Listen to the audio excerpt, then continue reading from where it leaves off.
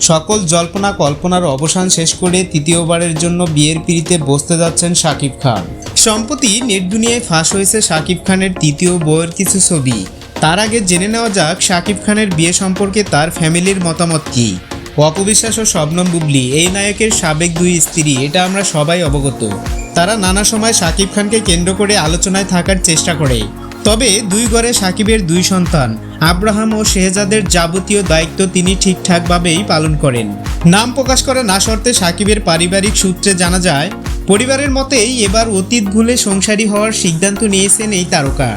এরপর থেকেই ভক্তদের কৌতূহল কোথায় বসবে শাকিব খানের বিয়ের আসর এবং কার সাথেই বা হচ্ছে এই অভিনেতার বিয়ে। এ বিষয়ে শাকিবের পরিবারের সদস্যরা সিদ্ধান্ত নিয়েছে দেশের মধ্যে নয়, পার্শ্ববর্তী দেশে সুন্দর কোনো লোকেশনে বা কোনো দ্বীপে শাকিব খানের বিয়ের আনুষ্ঠানিক পরিকল্পনা রয়েছে। ইতিমধ্যে সামাজিক যোগাযোগ মাধ্যমে শাকিবের সাথে একটি মেয়ের ছবি ভেসে বেড়াচ্ছে, আর তাকে শাকিবের তৃতীয় বউ হিসেবে সমর্থন করা হচ্ছে। তবে এখনও এর কোনো সত্যতা পাওয়া যায়নি। আগামী মাসের মাঝামাঝিতে ভারত থেকে দেশে ফেরার কথা শাকিবের।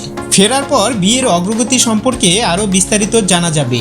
গুঞ্জন চলছে যুক্তরাষ্ট্র থেকে চিকিৎসা বিষয়ে লেখাপড়া করে দেশে ফেরা এক ডাক্তার মেয়ের সঙ্গে বিয়ের আলোচনা এগোচ্ছে শাকিবের। তাই বুবলির পাশাপাশি অপুর ও শাকিবের বাড়িতে যেতে নিষেধ রয়েছে। একই সঙ্গে শাকিবের পরিবার এটাও জানিয়েছেন, শাকিবকে নিয়ে কোনো রকম মিথ্যাচার করলে আইনের আশ্রয় নিতে বাধ্য হবেন তারা। অন্যদিকে কোনোভাবেই বিষয়টি মেনে নেয়নি অপু বিশ্বাস। বিষয়টির সত্যতা যাচাইয়ের জন্য অপুর সঙ্গে যোগাযোগ করা হলে এ বিষয়ে কোনো কিছুই বলতে চাননি তিনি। ভালোবেসে বিয়ের পিঁড়িতে বসেছিলেন শাকিব অপু, অনেকটা মিডিয়া থেকে গোপন ছিল বিষয়টি।